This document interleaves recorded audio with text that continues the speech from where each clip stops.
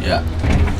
Alright guys, it's been a little while and I am back in Medellin, Colombia. So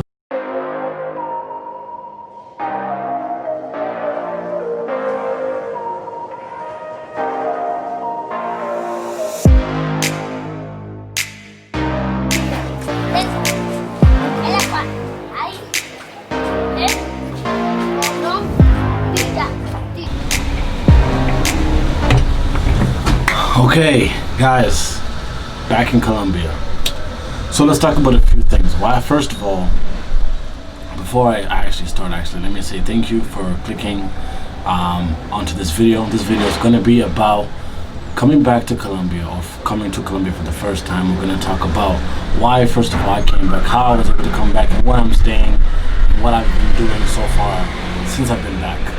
Sorry, this is Latin America. There's going to be cars and noises in the background, so I hope audio is going to be fine. Let's get this video started. Let's talk about Medellin, Colombia, and why I came back here.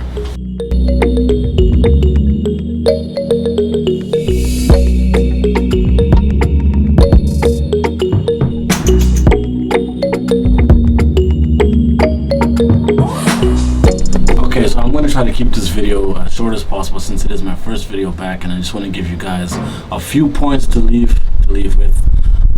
And if you're enjoying this content, if it's really helpful for you guys, please leave a like down below. Feel free to comment at any point in time, because at the end of the day, I'm just trying to share something with you guys, and hopefully you guys kind of find it useful. So I came back now.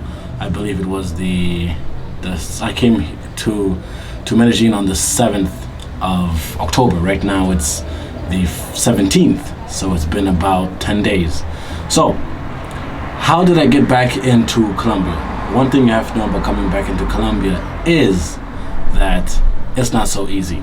For example, Mexico right now is allowing people to go in and go out COVID test free and pretty much hassle free.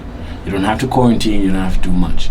But coming here to Colombia was a bit more tricky because I had to get a COVID test which was valid for 72 hours. So that's one thing you're gonna have to consider when coming over here, is that you're gonna have to do that test. And I guess if you're not comfortable doing it, if you don't want to do it, or I don't know, but that's one of the things you gotta do to get into this country.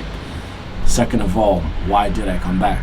I was here in February, and I was here February all the way through the quarantine until May, right?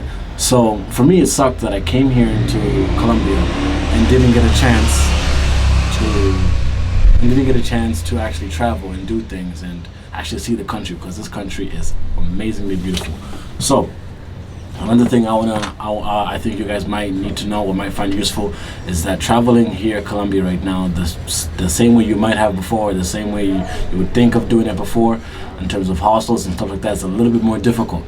Most hostels, especially here in Medellin, are closed, right? So coming here, you have to kind of have a game plan. Airbnb has been everything for me and other people who I've known, who have been here and who are coming in.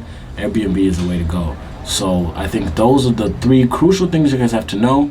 Now let me share with you guys what I've done here now in the first week that I was here, because obviously that's important. You want to know what can you do when you get back in here. Let me show you what I did in my first week. Okay, so let's backtrack to about 6 days ago. First place I did go to was Guatape. I went to Guatape with a group of people. I took the bus. There's a group of us, so I took the bus with two ladies, because we all could not fit in the car. So that's first point you gotta know, is the transportation system is back to normal. You can take the bus to places like Guatape and to generally anywhere you want to go, even using the metro. If you want to use it going from Poblado to Laureles, from Poblado to El Centro, like everything in that regard is up and running. You ain't gotta worry about that. So check out, Guatape, this was Guatape. We arrived at Guatape a little bit late, so I don't know, for me, I should know better because I've been there a few times now, but I guess I haven't learned my lesson. Guatape, for those of you who do not know, is a pueblo, which is like a small town just about 2 hours away from Medellin, right? So It is actually the second most visited place in the country, right? It has the Pedre de El Peñón, sorry for my pronunciation, which is essentially a huge rock. And I don't know the history behind it, I don't know much about it, but this rock is massive, and you climb up the rock. I unfortunately have not done it, but I do have some drone footage for you guys to see, because the whole point of going up to the top of the rock is to have the epic view at the very top. Now, along with going to Guatape, going to see the rock, there are many other activities you can actually do when you get to the rock, which is, I saw people that were in boats, I saw people that were doing helicopter tours, I saw people that were doing a number of different things, right? So you have to know that it's pretty free and flowing, to be honest with you, and it doesn't seem like many things are very limited. So that's Guatape. I think I'm gonna now skip over to, I've only gone out a few times, so I only have another two places to tell you about. The other place I went to was very much different and probably very little known to tourists, which is Hacienda Nápoles. For me, I'm not gonna say that it was a great something I would do if,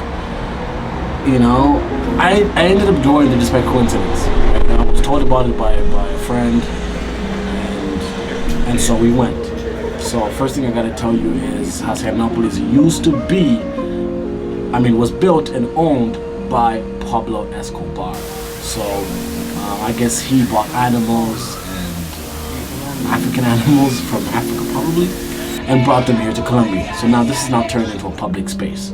You can go there, there's safari, there's a water park, there's obviously food, and I think it's a cool place for people to go and visit, have some fun. But it's very family oriented.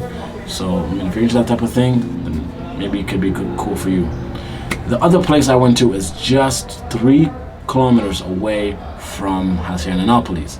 This place here is a little Greek town, is really what I can call it, because it looks like a Greek place, but obviously it's not. So essentially it's just a little neighborhood that's very well built and just looks beautiful and photographs very well. So this is one of those places I wouldn't say like leave Medellin and plan a trip to go to this place, but if you're in and around the area, this is Doradal, which is again about 4 hours away from Medellin. I'm going to try to show you guys something that might give you a bit of perspective of where it is on a map. Essentially, this town is a very small area, but it's just a beautiful place. Maybe if you want to stay one night, maybe you're coming from Bogota and you're in between Bogota and Medellin, you want a place to stay, I definitely recommend this area. Or if you're coming from Medellin and going to Bogota, definitely, again, that's an area for you that you could definitely stay at. So those are the 3 places I've visited so far. And to add to maybe some concerns you guys might have in terms of coming here to Medellin, I have had no issues so far, and so far it's been really cool. Even going out to La Setenta, this is a street here where a lot of local Colombians go out, and if there's soccer games, if there's something going on, if it's a Friday or if it's a Saturday, this is where all the locals are going to, and that place is very up and going right now. I've gone now there because I live just down the street from there a few times, and it's definitely a cool place to relax and chill with friends. And I'm sure many of you probably want to know about Poblado, specifically probably maybe Parquilleres.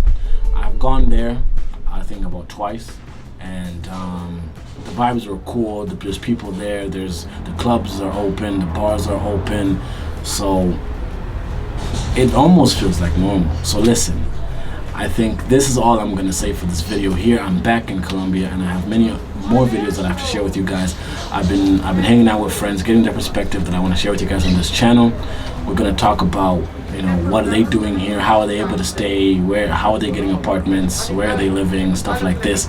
And also on my own, I intend to share with you guys as much as the country as possible, and also hidden gems around the Medellin area, because I know a lot of you like to come to Medellin, but we're gonna try to share some areas and some things you can do while in the area. So anyways, thank you for watching my video. I appreciate you so much. Please leave a like down below if you found this video at all interesting or entertaining. Thank you so much. Until next time. But anyways, right now we're just going to a park and we're gonna sit down and talk about a few things. He's been here for a little while, so there's some things I want to ask him, like how much, you know, it costs living here, how it's been through the quarantine, what it's been like since the quarantine has been finished, and stuff like that, because I know there's some of y'all who want to know some things about coming here in Medellin, and right now I think is a good time for everybody to come out here. So that's what we're gonna do today. That's what this video is gonna be about, and we'll get to you in a little bit.